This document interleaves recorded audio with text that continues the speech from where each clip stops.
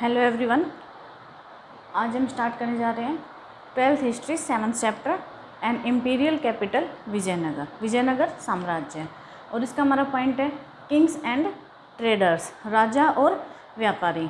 तो इस टॉपिक में हम देखेंगे कि विजयनगर साम्राज्य का किन देशों के साथ में व्यापार था और किस चीज़ का व्यापार आयात निर्यात एक्सपोर्ट इंपोर्ट वो करते थे। ठीक है, तो इसमें है as warfare during this time depended upon effective cavalry. Cavalry means घुड़सवार सेना।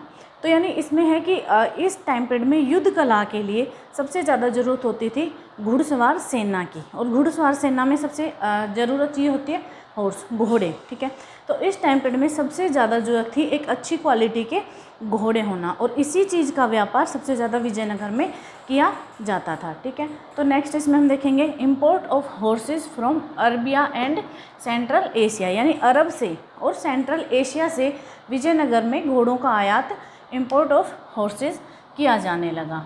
ठीक है, सेंट्रल एशिया और अरब जो कंट्री थी वहाँ से घोड़ों का आयात किया जाने लगा।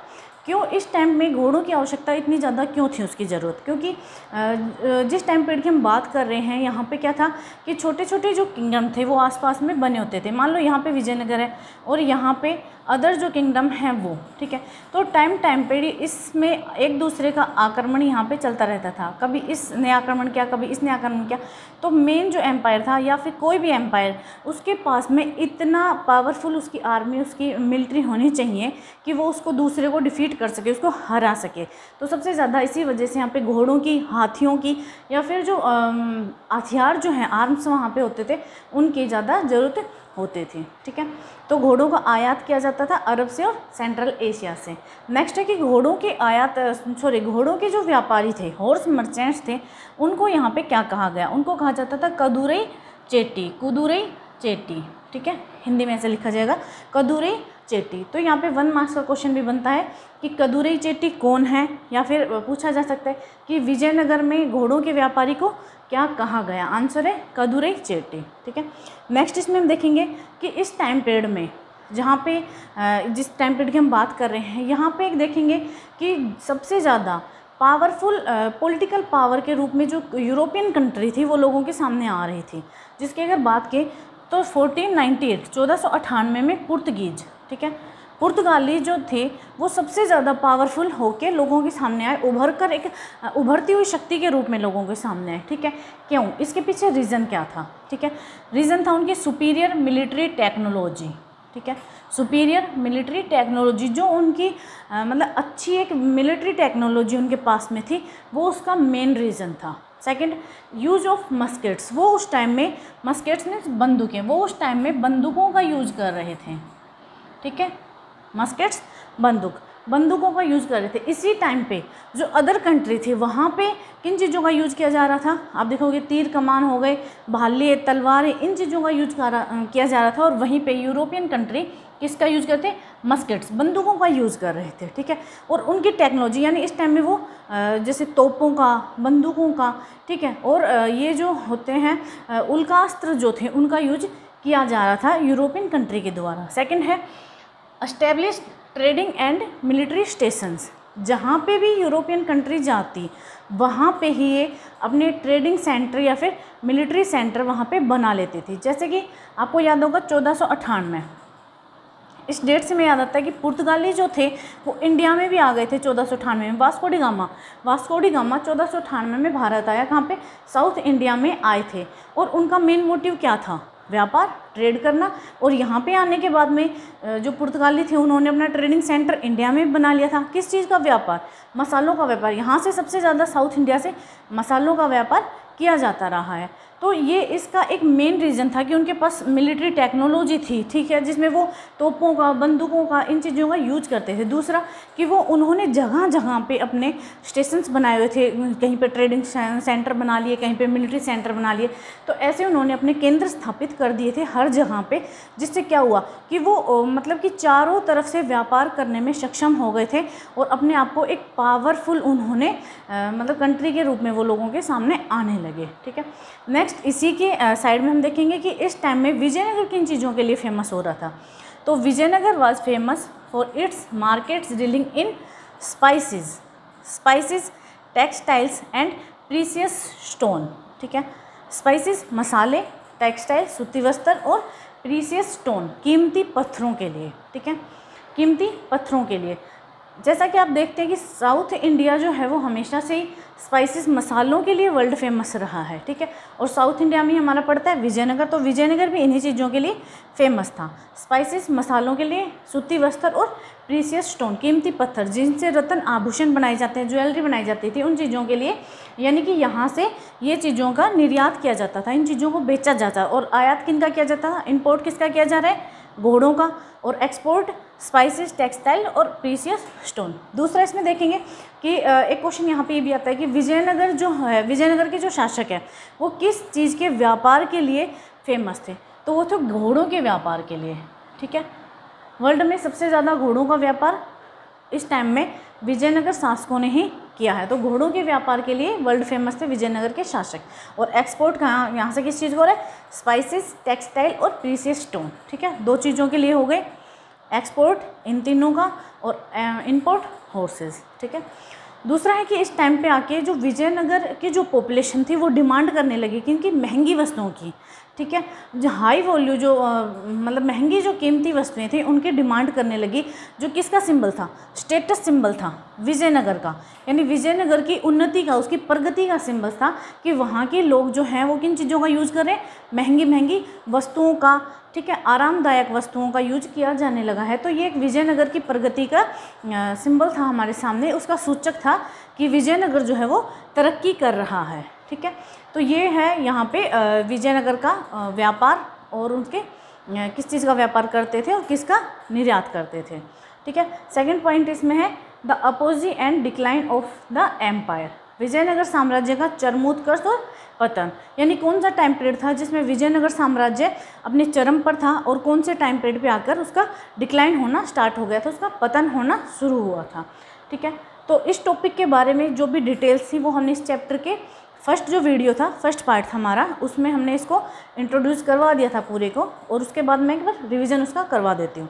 तो सबसे हम इसमें देखेंगे कि विजयनगर एम्पायर की स्थापना किसने की। तो विजयनगर को किसने बनाया, हरिहर और बुक्का नाम के दो भाई थे जिन्होंने 1336 में विजयनगर को साउथ कर्नाटक में बनाया था। कहाँ पे, कृष्णा रिवर और तुंगभद्रा रिवर के बीच में उन्होंने इसको बनाया था। इसमें 4 डायनेस्टी हुई हैं, जैसे संगम डायनेस्टी, सुल्लभ डायनेस्टी, तुल्लभ डायनेस्टी और अराविदु डायनेस्टी। वहीं पे अगर बात की जाए संगम डायनेस्टी, तो संगम डायनेस्टी 1336 से 1485 तक रही है, ठीक है, 1336 से 1485 तक, 1336 से 1485 तक रही है। और हरिहर और बुक्का थे वो इसी डायनेस्टी से बिलोंग करते थे। सेकंड डायनेस्टी आती है सुल्लभ डायनेस्टी, जो 1485 से 1485 से 1503 तक, ठीक है, 1303 तक रही है सुल्लभ डायनेस्टी। उसके बाद में थर्ड डायनेस्टी आती है तुल्लभ डायनेस्टी, जो 1503 से और 1570 तक रही है, 1503 से 1517 तक, ठीक है, 70 तक। उसके बाद में लास्ट डायनेस्टी आती है हमारी अराविदु डायनेस्टी। अराविदु डायनेस्टी रही है 1570 से 1654 तक, ठीक है, 1570 से 1654 तक अराविदु डायनेस्टी रही है। इसी के बीच में हमने बात की थी बैटल ऑफ राक्षसी तांगड़ी के बारे में, जो हुई थी तुल्लभ डायनेस्टी के बीच में, जो थर्ड डायनेस्टी थी उसी के बीच में बैटल ऑफ राक्षसी तांगड़ी, जिसको तालीकोटा का युद्ध भी बोला जाता है, वो था 1565 में, 1565 में, 1565 में राक्षसी तांगड़ी का युद्ध किन किन के बीच में होता, जो था विजयनगर एम्पायर वर्सेस जो अदर किंगडम थे, जिसमें है अहमदनगर, बीजापुर और बीदर। इन तीनों की कंबाइंड आर्मी ने विजयनगर पर अटैक किया था, जिसमें विजयनगर पूरी तरीके से ख़त्म हो गया था, ठीक है। ये हमने यहाँ पे एक इंट्रोडक्शन उसका पढ़ा था। और लास्ट में जैसे ही थर्ड जो डायनेस्टी हम पढ़ रहे हैं, थर्ड डायनेस्टी तुल्लभ डायनेस्टी में जो विजयनगर ख़त्म हो गया था, तो फोर्थ डायनेस्टी जो हमारी अराविदु डायनेस्टी वो कैसे स्टार्ट हुई। तो जब राक्षसी तांगड़ी के जो युद्ध हुआ था उसके बाद में जो राम राय, उस युद्ध में जो जिन्होंने विजयनगर की तरफ से मतलब कि सेना संभाली थी, राम राय, उनकी डेथ हो गई थी और उनके भाई थे वो, उन्होंने वहाँ से जाकर शिफ्ट किया विजयनगर को, कहाँ पे, पेनुकोंडा, ठीक है, पेनुकोंडा वहाँ पे शिफ्ट किया और फोर्थ डायनेस्टी अराविदु डायनेस्टी वहाँ से स्टार्ट किया। और उसके बाद में ये चंद्रगिरी से भी शासन किया गया विजयनगर का, ठीक है। तो ये इसमें है। नेक्स्ट इसमें देखेंगे हम, इसी टॉपिक में आप देखोगे एक पॉइंट है कृष्ण देव राय का, जो हुए तुल्लभ डायनेस्टी से। इनके बारे में हम डिटेल से पढ़ेंगे क्योंकि यहाँ पे लॉन्ग क्वेश्चन बनता है।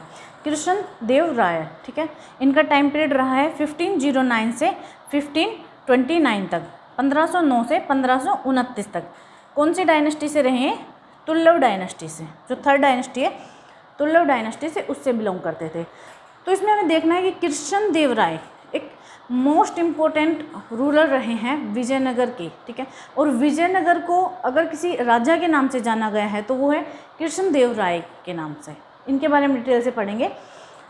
इनका टाइम पीरियड है 1509 से 1529 तक, बिलोंग करते हैं ये तुल्लभ डायनेस्टी से।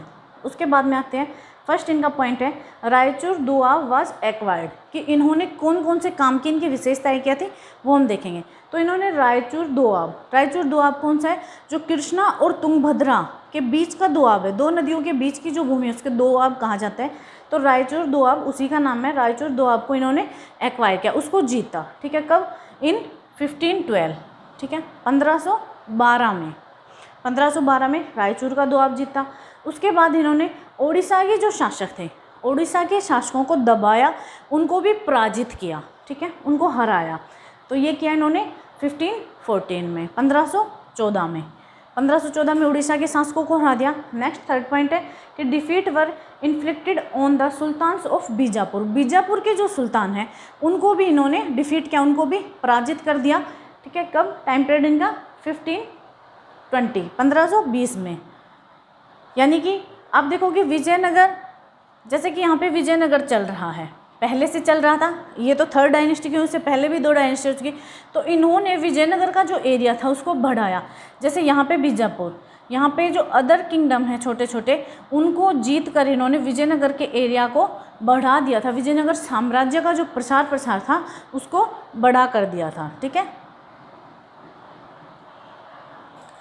तो फर्स्ट हो गया रायचूर दोआब को जीता, सेकंड हो गया उड़ीसा के जो शासक हैं उनको दबाया, उनको पराजित किया, और थर्ड है कि जो बीजापुर के सुल्तान थे, बीजापुर के जो सुल्तान थे उनको हराया, ठीक है।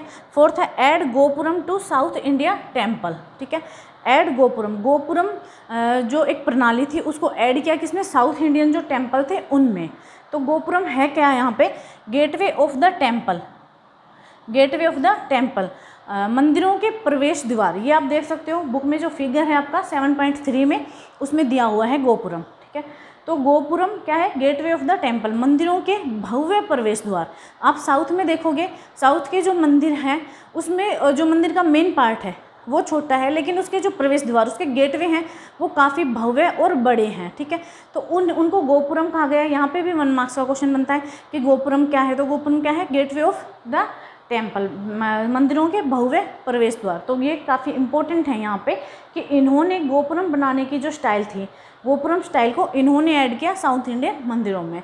नेक्स्ट है नंगलापुरम टाउन, इन्होंने एक इसके विजयनगर के पास में, जो विजयनगर शहर था, विजयनगर सिटी थी, उसी के पास में एक शहर और बनाया, एक टाउन, जिसका नाम था नंगलापुरम। और इस शहर का नाम इन्होंने किसके नाम पे रखा? अपनी मदर के नेम पे, हिज मदर नेम, ठीक है, अपनी माँ के नाम पे इन्होंने इस टाउन का नाम रखा है नंगलापुरम। नेक्स्ट है अमुक्त माल्याद, अमुक्त माल्याद, इन्होंने एक बुक लिखी है किसमें? इन तेलुगु भाषा में इन्होंने अमुक्त माल्याद एक बुक लिखी है, जिसका टॉपिक क्या था?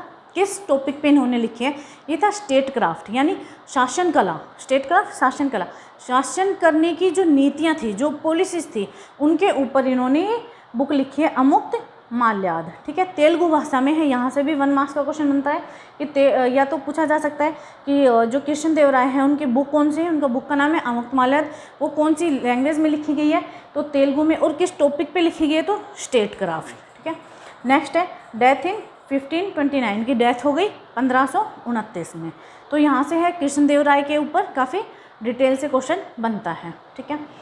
नेक्स्ट यवना, ठीक है, यवन या यमुना, यवन कौन है? पहले इसके बारे में देखेंगे।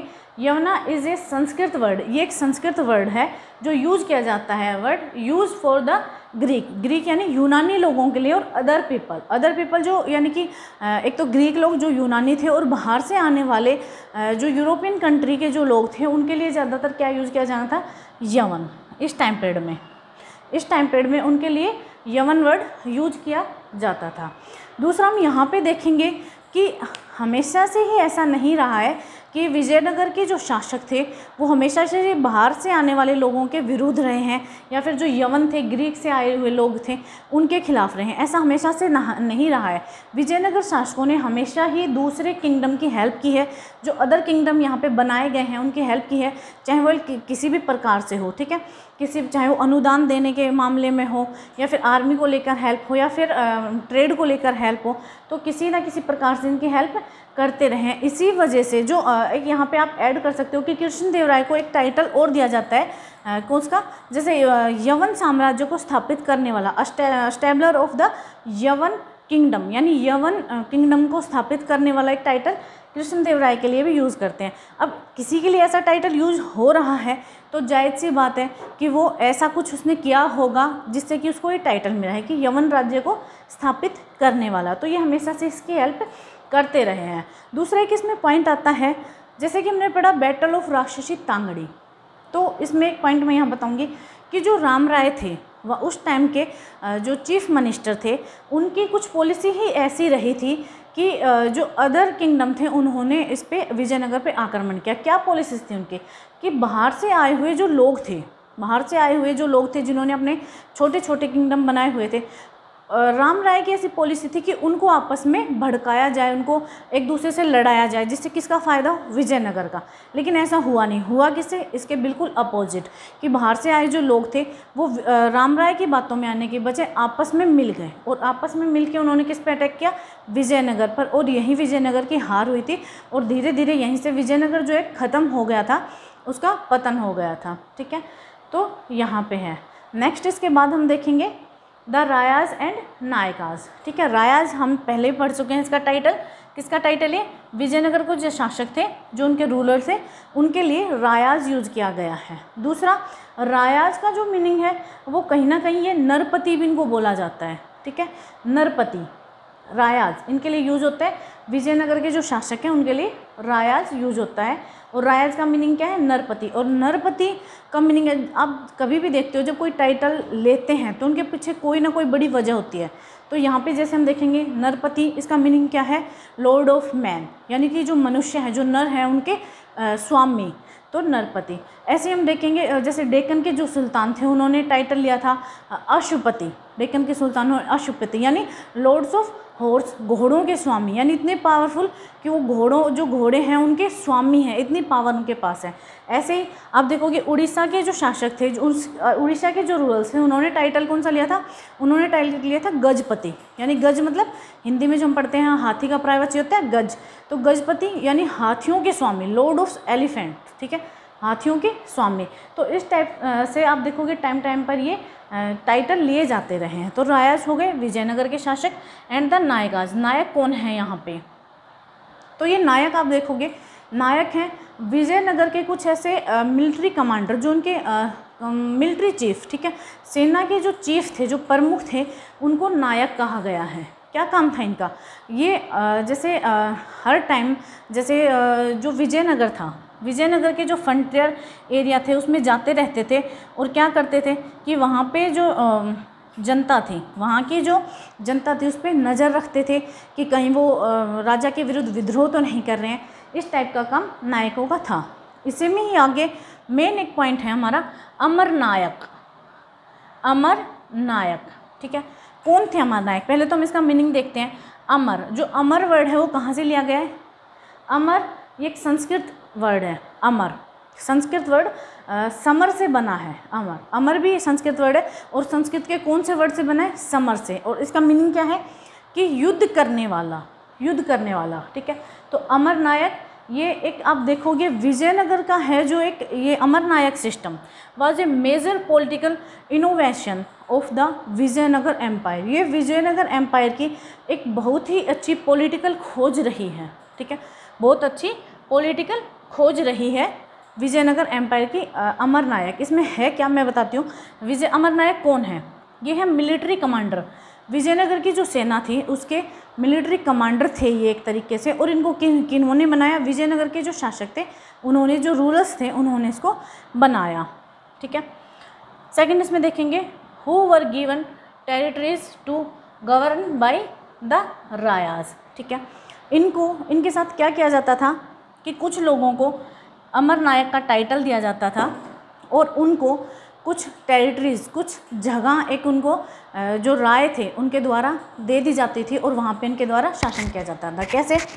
जैसे कि ये हमारा विजयनगर एम्पायर है, यहाँ पे कुछ टेरिटरीज बना दी जाती थी और इनको जो ये थे अमर नायक, इनको दे दिया जाता था। मान लो यहाँ पे है फर्स्ट, यहाँ पे सेकंड, थर्ड, इस टाइप से बहुत से अमर नायक बना दी जाते थे और उनको छोटी छोटी एक रियासत से उनको दे दी जाती थी, यहाँ पे ये शासन करेंगे। ये जो सिस्टम है सेम दिल्ली सल्तनत का जो इक्ता सिस्टम है उससे मैच करता है, कहीं ना कहीं ये उसी से लिया हुआ ही है। ठीक है, दिल्ली का जब हमने दिल्ली सल्तनत पढ़ा है तो उसमें हम देखते हैं कि स्लेव डायनेस्टी के एक शासक हमारे हुए हैं इल्तुतमिश ने ही इक्ता सिस्टम को स्टार्ट किया था, वो सेम ऐसा ही था। ठीक है, उसमें भी इक्ता दिए जाते थे लोगों को, एक भूमि का टुकड़ा, ज़मीन का टुकड़ा दे दिया जाता था कि आप इस पे शासन करोगे। ठीक है, उनको कुछ गांव दे दिए जाते थे, इन पे शासन करोगे और वहाँ से लोगों से टैक्स कलेक्ट करोगे। तो सेम वैसा ही सिस्टम यहाँ पे है। ये मिलिट्री कमांडर थे, दूसरे इनको कुछ टेरिटरीज, कुछ जगह, जैसे कुछ गाँव, 5 गाँव, 10 गाँव, ऐसे इनको दे दिए जाते थे। किनके द्वारा? रायाज, जो विजयनगर के शासक थे उनसे। और इनका काम क्या था? They collected tax and other dues. ये क्या करते थे? From peasants. ये क्या करते थे कि जो पीसेंट्स, जो किसान थे, उनसे ये टैक्स कलेक्ट करते थे और अन्य कर जो होते थे उनको भी ये कलेक्ट करते थे। जैसे यहाँ पे राजस्व होगा, जो रेवेन्यू देना होता था उनको, राजस्व, राजा के लिए जो धन देना होता था उसको यहाँ पे ये कलेक्ट करते थे। अच्छा, उसमें से ये जो अपना हिस्सा था, जितना इन्होंने वहाँ से जो मतलब एरिया इनको दिया गया है, जितने गांव दिए गए हैं, उन गांव से जितना कर इन्होंने इकट्ठा किया है उसमें से क्या करते कि अपना जो हिस्सा है उसको रख लेते थे। किसके लिए? जो व्यवस्था इनको करनी पड़ती थी मेंटेनेंस के लिए, जैसे इनको आर्मी भी दी जाती थी। ठीक है, इनके पास खुद की आर्मी होती थी जिसमें हॉर्सेस हो गए, एलिफेंट हो गए, या फिर जो आर्मी प्लेयर्स हो गए, जो खिलाड़ी इनके पास होते थे। ठीक है, सिपाही इनके पास होते थे, उनके रख रखाव के लिए, उनके मेंटेनेंस के लिए ये अपना पार्ट, उसमें से अपना हिस्सा जो उसमें था, जो रेवेन्यू मिलता था, रख लेते थे और बाकी कहाँ जमा करवा देते थे? गवर्नमेंट के पास में। ठीक है, गवर्नमेंट के पास में ये जमा करवा देते थे। दूसरा नेक्स्ट पॉइंट है कि the Amar Nayak send tribute to the kings annually. इनको वार्षिक यानी एनुअली, वर्ष में एक बार, साल में एक बार राजा से मिलना होता था। और कभी भी जब ये राजा से मिलने जाते थे तो उनके लिए बहुत से उपहार, गिफ्ट्स, ठीक है, जिसमें जैसे सोना, चांदी, जेवरात, या फिर अच्छे घोड़े, अच्छे हाथी, अच्छे हथियार, इस तरीके की चीज़ें उपहार के रूप में, गिफ्ट्स के रूप में राजा को देने होते थे जब ये राजा से भेंट करने, राजा से मिलने जाते थे। ठीक है, तो इस जो ये सिस्टम है इसका फ़ायदा क्या था? इस सिस्टम का फ़ायदा क्या था और नुकसान क्या था? फ़ायदा इसमें ये था कि जो फ्रंटियर एरिया थे उन पे, जैसे राजा यहाँ पे सेंटर में है, ठीक है, तो राजा यहाँ से इतनी डिस्टेंस का जो शासन है वो आराम से नहीं कर सकता था, उसमें प्रॉब्लम्स हो जाती थी क्योंकि दूर के लोग थे, उनकी जो प्रॉब्लम्स थी वो राजा तक नहीं पहुँच पाती थी, इसलिए शासन क्या था, अच्छे तरीके से नहीं चलाया जाता था। तो राजा ने, विजयनगर के शासकों ने, जैसे यहाँ पे इस तरीके से अमर नायकों को ये जैसे कुछ गांव जैसे दे दिए जाते थे शासन करने के लिए, रियासत इनको दे दी जाती थी। तो यहाँ से क्या होते थे, यहाँ पे भी राजा का लोग है, यहाँ पे भी राजा का, यहाँ पे भी, तो इस तरीके से यहाँ पे भी एक जो राजा के नीचे काम करने वाले लोग हैं। तो इससे क्या है, यहाँ की जो भी इंफॉर्मेशन है वो राजा को पहुँचा दी जाएगी टाइम पे। कुछ लोग विद्रोह कर रहे हैं यार, वहाँ की जो पॉपुलेशन है उनको कोई प्रॉब्लम है वहाँ के लोगों को, तो वो राजा तक पहुँचा दी जाती थी इनके द्वारा। ठीक है, तो इस सिस्टम से शासन करना ईजी हो गया था वहाँ पे, ये किसका फ़ायदा है। दूसरा है कि अमर नायक थे, टाइम पर इनका ट्रांसफ़र भी किया जाता था। जैसे यहाँ पे है, उसको कुछ टाइम के लिए यहाँ भेज दिया, कुछ टाइम के लिए यहाँ, फिर ऐसे ट्रांसफ़र क्यों किया जाता था? क्योंकि अगर एक लंबे टाइम तक ये यहाँ पे बने रहेंगे तो ये खुद इतने पावरफुल हो जाएंगे कि कभी ना कभी ये राजा के विरुद्ध, उसके मतलब खिलाफ युद्ध कर देंगे या वहाँ की जनता को भड़का देंगे राजा के खिलाफ में, और अपना इंडिपेंडेंट अपना राज्य बना लेंगे। ठीक है, इस वजह से टाइम के हिसाब से इनका ट्रांसफ़र किया जाता था। ठीक है, दूसरा इसमें है कि इतना सब करने के बाद भी कभी कभी ऐसा होता था कि ये जो अमर नायक थे इतने पावरफुल हो जाते थे कि इन्होंने राजाओं के विरुद्ध विद्रोह किया है। ठीक है, कभी कभी कुछ अमर नायक राजाओं के विरुद्ध हो जाते थे और इस सिस्टम की वजह से कहीं ना कहीं ये सिस्टम भी जिम्मेदार था विजयनगर का जो डिक्लाइन हुआ उसमें लास्ट में जाके। ठीक है, जब विजयनगर का पतन हुआ कहीं ना कहीं ये सिस्टम भी उसमें एक पॉइंट में आता है कि विजयनगर को कमज़ोर कर दिया था, विजयनगर की जो जड़ थी उसको कमज़ोर कर दिया था इन लोगों ने, अमर नायक ने। ठीक है, तो आज के लिए इतना ही। Thank you.